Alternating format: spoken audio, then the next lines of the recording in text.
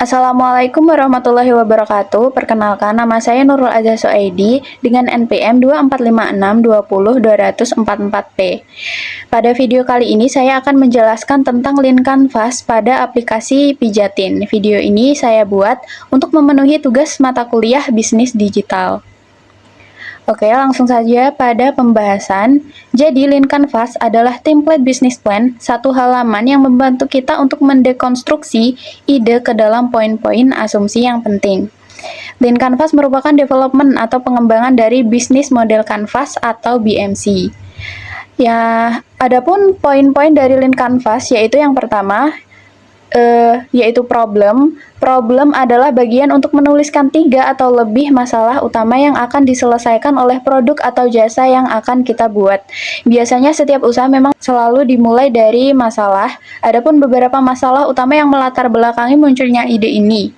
Pertama, di zaman yang serba instan, banyak masyarakat yang ingin merasakan pijat tradisional tanpa keluar rumah. Kedua, layanan pijat tradisional masih kurang terlihat dan sulit diakses oleh calon pelanggan. Ketiga, pelanggan sering kesulitan menemukan layanan yang cepat, aman, dan dapat dipercaya. Selain itu, dari sisi penyedia jasa, banyak tukang pijat tradisional yang masih memiliki keterbatasan dalam memasarkan layanan mereka.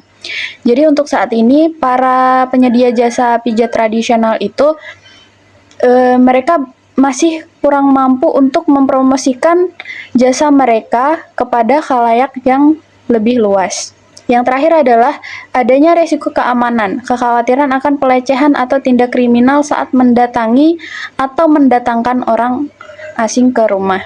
Jadi maksudnya mendatangi dan mendatangkan itu, resiko keamanan pelecehan ini bisa saja terjadi di kedua belah pihak, entah itu penyedia jasa ataupun customer yang menikmati jasa mereka.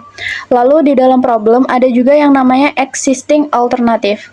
Isinya adalah alternatif yang sudah ada di pasaran untuk menjawab masalah sebelumnya. Saat ini alternatif yang sudah ada adalah spa dan pijat relaksasi panggilan. Namun solusi ini belum tentu praktis untuk semua orang dikarenakan spa dan pijat relaksasi ini sering memerlukan biaya yang cukup tinggi. Berikutnya adalah solution. Solution berarti apa yang bisa kita berikan sebagai jawaban atas masalah yang tadi. Solusi dari platform Pijatin misalnya berupa sistem booking tukang pijat tradisional berbasis lokasi. Yang kedua, bisa menghemat waktu dan biaya. Lalu yang ketiga, bisa menjadi wadah di mana tukang pijat tradisional dapat mempromosikan jasanya secara meluas. Yang terakhir adalah adanya fitur keamanan seperti deteksi kata kunci negatif, pelatihan anti kekerasan seksual, dan tombol darurat SOS. Lalu ada yang namanya key matrix. Jadi key matrix itu adalah target yang akan dicapai dalam sebuah rencana bisnis.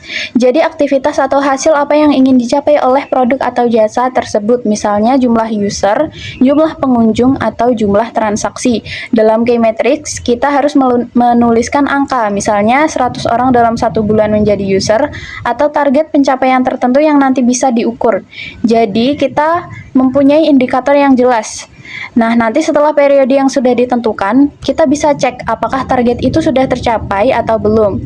Semua itu masuk ke dalam kategori key matrix. Contoh key matrix dari Pijatin sendiri adalah mendapat 500 pengguna, entah itu dari penyedia jasa atau tukang pijat ataupun customer. Mendapatkan 500 pengguna aktif setelah peluncuran aplikasi setelah 1 tahun. Lalu yang kedua, melakukan pelatihan edukasi mitra kerja tentang etika dalam berprofesi 3-4 kali setahun. Yang berikutnya adalah unique value proposition, yaitu bagaimana produk atau jasa tersebut mengatasi kebutuhan konsumen dan membedakannya dari kompetitor lain. Nilai unik apa yang ada pada usaha kita? Itu namanya unique value proposition. Adapun unique value proposition pada aplikasi Pijatin ini yaitu yang pertama, pelanggan akan tetap bisa menikmati pijat tradisional yang menggunakan tangan manusia, yang tidak menggunakan robot yang terkesan buatan ataupun spa konvensional lainnya. Bisa yang Kedua, bisa memesan pijat tradisional untuk dipanggil ke rumah. Nah, di dalam unique value proposition ada yang namanya high level concept. High level concept adalah analogi usaha. Jadi semacam tagline, tapi bukan sekedar tagline. Melainkan cara menjelaskan produk dengan sangat sederhana dan mudah dipahami. Contohnya, high concept dari Pijatin adalah solusi instan untuk melepas lelah di tengah kesibukan dengan ujung jari. Jadi, hanya dengan satu kalimat, orang bisa langsung paham bahwa layanan pijat tradisional kini bisa dipesan secara praktis melalui aplikasi secara online, memberikan akses cepat ke terapis profesional tanpa harus mencari secara manual atau keluar rumah. Selanjutnya, ada yang namanya unfair advantage. Adalah hal-hal yang dimiliki oleh produk atau jasa kita yang tidak dimiliki oleh produk lain dan sulit ditiru oleh orang lain. Jadi unfair advantage lebih fokus ke sisi internal. Misalnya anggota tim yang punya pengalaman bisnis, punya investor yang kuat, memiliki relasi yang luas, atau punya akses terhadap sumber daya tertentu. Nah, unfair advantage dari Pijatin adalah jaringan terapis tradisional terakurasi dan dipercaya. Lalu ada channel, yaitu bagaimana kita mendistribusikan produk atau jasa agar sampai ke user atau customer. Dalam contoh platform Pijatin, channel yang digunakan adalah promosi media sosial, pasang iklan, dan email. Berikutnya adalah customer segment. Apa itu customer segment? Jadi, customer segment adalah blok yang mengidentifikasi target pengguna spesifik atau sekelompok orang yang paling mungkin merasakan masalah utama yang ingin diselesaikan oleh produk atau layanan yang akan kita buat.